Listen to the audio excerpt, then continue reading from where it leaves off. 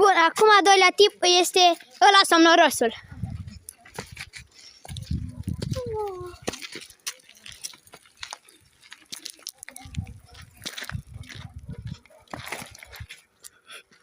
A doilea tip e ăla mâncăciosul.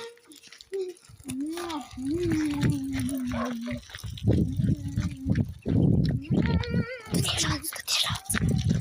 Du-te jos.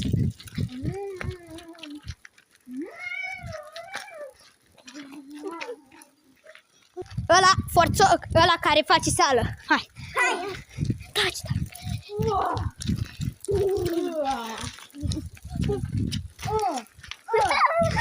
Ăla care merge cu mână și se crede tare. Se duce în gard.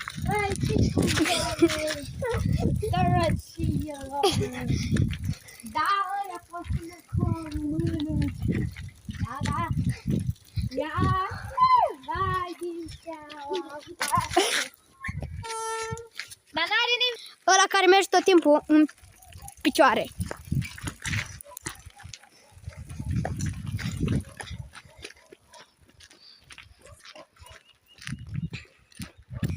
Ăla care merge în continuu mereu în zigzacuri.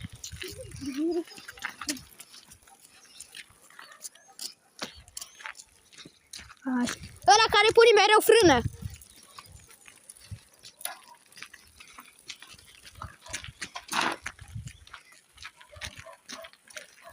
Ăla care intră mereu în garduri.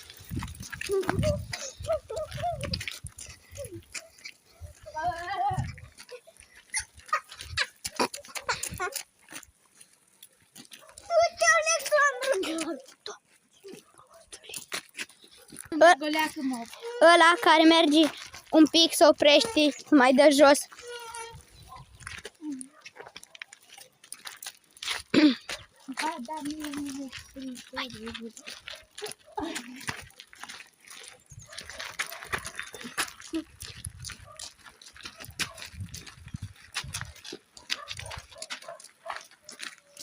Ăla care merge foarte, foarte încet.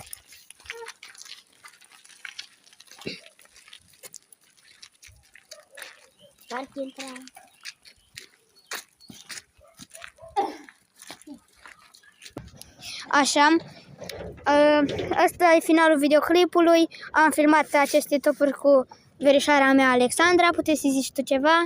Mai vreți videoclipuri de genul? Dați un like, un share, trimiteți videoclipul ăsta prietenilor voștri. Ne vedem la alt videoclip peste 2 zile. Pa!